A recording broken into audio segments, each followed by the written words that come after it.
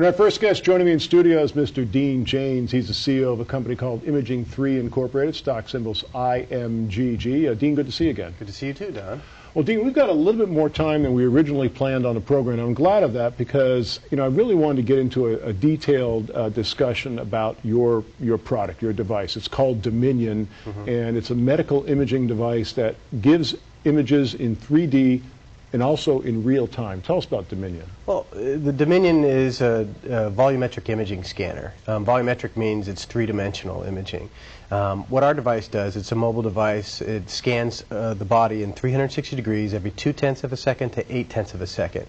Takes those images and places them into a 3D construct and then updates them again every 0.2 to 0.8 of a second thereafter, thus giving you real-time three-dimensional imaging. It uses a low-dose pulse fluorography system to scan the body, so it's not really increasing. It's not this real crazy heavy dose X-ray exposure, and you see that nowadays with physicians worrying more about CT exposure, CT scan exposure. Well, Dean, on a previous episode of the program, you were talking about how the unit was portable, could go through the front door of any healthcare facility, doesn't need special electrical wiring and this kind of thing. So I told you, okay, Dean, prove it. And you did. You brought it in here to our studio. We're looking at some footage that we shot of it right now. We were able to plug it into a regular 110 outlet.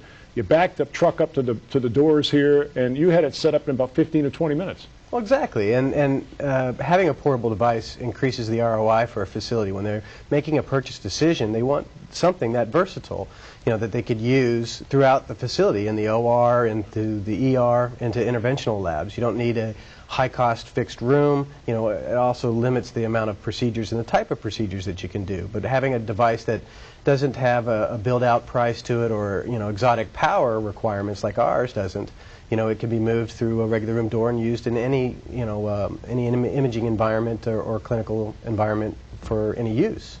Well, let's talk about what your unit has the potential to either augment or replace. I mean, does this augment or replace, say, an MRI machine? Well, no, it doesn't. It augments the capabilities similar to an MRI system. It's more analogous to a CT. Okay. Being able to have on-the-fly CT scanning capabilities, say in ER. If someone comes into the emergency room and, say it's a gunshot wound or a head trauma, they basically have to take that patient and wait for them to fit into the queue into the radiology department. Where our device, since it's mobile, can be wheeled right in, image the patient instantaneously, and possibly save their life, by being able to do that. In the queue, they'd have to wait hours. So, given what you just said, if a patient comes in and they've got some kind of severe trauma, let's just use a gunshot wound as an example. This 3D scanning in real time, they can pinpoint exactly where the projectile has lodged itself and see what kind of organs are affected, what kind of bones are affected. I mean, essentially immediate. And help guide it for removal instantaneously. I mean, because, you've got depth and directions. If a bullet's in there, it's going to, it could be lodged in the spine. Well, if they take a 2D image, they can see where it is, into the front of the spine, but they don't know where it is along the, on the depth side of things.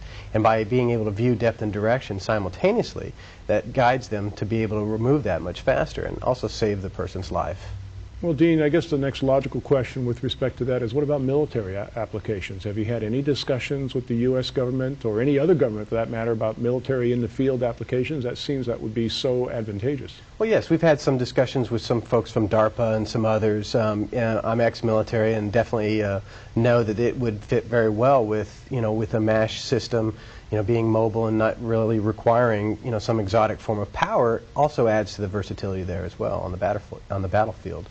Okay, now we've talked about this before, and we kind of smile when we talk about this. You're waiting for a cell phone call or a pager call, so to speak, because you're on the cusp of obtaining FDA approval of this device. Is there anything you can tell us about that? Well, it's been a really difficult and long road. I mean, unfortunately, there's no existing device that we can compare it to, one single device. So we've had to choose multiple devices. I mean, it's basically comparing this to a C-arm and a CT scanner, with 3D imaging capabilities in real time.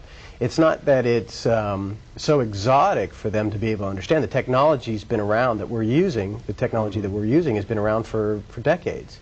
It's just that we're 10 steps ahead of everybody else. So it's a little harder for them to understand and grasp its total use.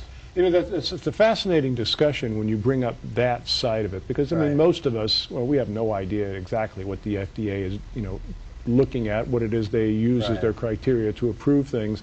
And it really comes down to what can they compare it to that already exists so they can make a decision about your new technology. Do you find that in some respect a little bit frustrating? It's extremely frustrating, and it's extremely frustrating for our shareholders and others. But you know, as I've always said, it's not really a question of if; it's really a question of when. And you know, unfortunately, the when aspect has taken quite a bit longer than I expected. This is my 5th 510K. I think the longest before has been 9 months. Okay. So yes, it's a lot longer than I expected. So your longest one you said in the past was 9 months. How long have you been doing this one? It's almost 2 years. It's almost 2 years. Yes. And it all really hinges upon the fact that they don't have anything they can compare it to. Well, right, and you know, we've done a lot of dancing on, you know, labeling and, you know, intended use, and you know, the technology has never been questioned really. You know, its effectiveness and whatnot. It's just really, can we make the best comparative analysis to predicate devices that exist today? And we've since chose a direction of going to multiple devices, comparing it to, and they like that. I think that's the winning situation, the winning combination for us at that. The company is Imaging 3 Incorporated, stock symbols IMGG. For more information, give us a call toll-free, 888-259-4449. Now, Dean, a little less than a year ago, I guess about 9 months ago, you went to a big medical trade show, and you came back pretty happy because you felt you were kind of the star of the show. Well, absolutely, and you know, it's really nice to be able to have physicians come out and even you know, the bigger companies, you know, look at our product and really see the, you know, or know the impact that this device is actually going to make in the medical field. You know, we were the darling of the show. I mean, you know, the RSNA, Radiological Society of North America, is held in Chicago, and 70,000 physicians from all over the world attended. And you know, we were in a really good position last year. You know, our booth was, and we received a lot of visitors from all over the world, physicians, you know, as well as, you know, OEMs. Now, from the standpoint of, you know, once this approval comes through and you turn yourself into a revenue-generating company, is your revenue going to be coming from selling the machine, licensing technology? Are you actually going to be involved in manufacturing? How does this all work? Well, you know, there's probably going to be a combination of several factors there. The majority of our revenue is going to be, you know, created by selling the equipment, you know, which our full end system is $500,000. Okay. But you also have service contracts, you know, roughly run about 10% of the cost of the system. The life of the equipment is about 10 years, so that's another $500,000 in revenue potential for the sale of one device. You know, we have hundreds of potential clients lining up to buy this system once we have FDA approval. So we should be able to, you know, manufacture this product here in the United States. We've also done some overseas partnership trips to see if we can get some help to reduce our costs on the equipment. But you know, with this time with the FDA, we've really spent, you know, getting these things lined up so we can hit the ground running. Okay, you say that you have, we'll call it pent-up demand, and you used the term yourself, hundreds. Right. So assuming FDA approval comes sometime in the next 90 to 120 days, how soon can you ramp up production to meet this pent-up demand? Because it would just seem to me that everybody's going to say, yeah, I called you first, where's mine? Well, that's a good problem to have, actually. But you know, I mean, it's not really that difficult to make. I mean, a lot of the technology is off the shelf. It's mainly the frame and some of the existing, well, the parts that are built for the frame, but most of the stuff's off the shelf. So it's really not going to be that difficult for us. And we also require a deposit with the purchase, so you know, a lot of the costs that are borne on manufacturing will be paid for with the deposit. Now, for you as CEO, this, you know, you must be looking forward to that, because I mean, your company is going to jump into a whole different realm from where you are today. Oh, I've definitely been waiting for this moment. You know, it'll take a lot of pressure and frustration off of me to a point where I really will enjoy, you know, getting out there and making this product enter into the marketplace. Not to mention you'll be creating a lot of jobs. Well, absolutely, and actually doing something good for the healthcare system.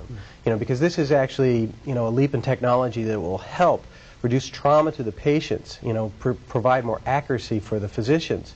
You know, it's a win-win scenario for everyone, and cost a third less than standard technology. Well, your company really represents what MoneyTV has been about for 13 years, a company at the very beginning of its development and just about to make that next leap. Again, Imaging 3, IMGG is their stock symbol. Dean, as always, a great interview. Thanks so much. Thanks for having me again, Don.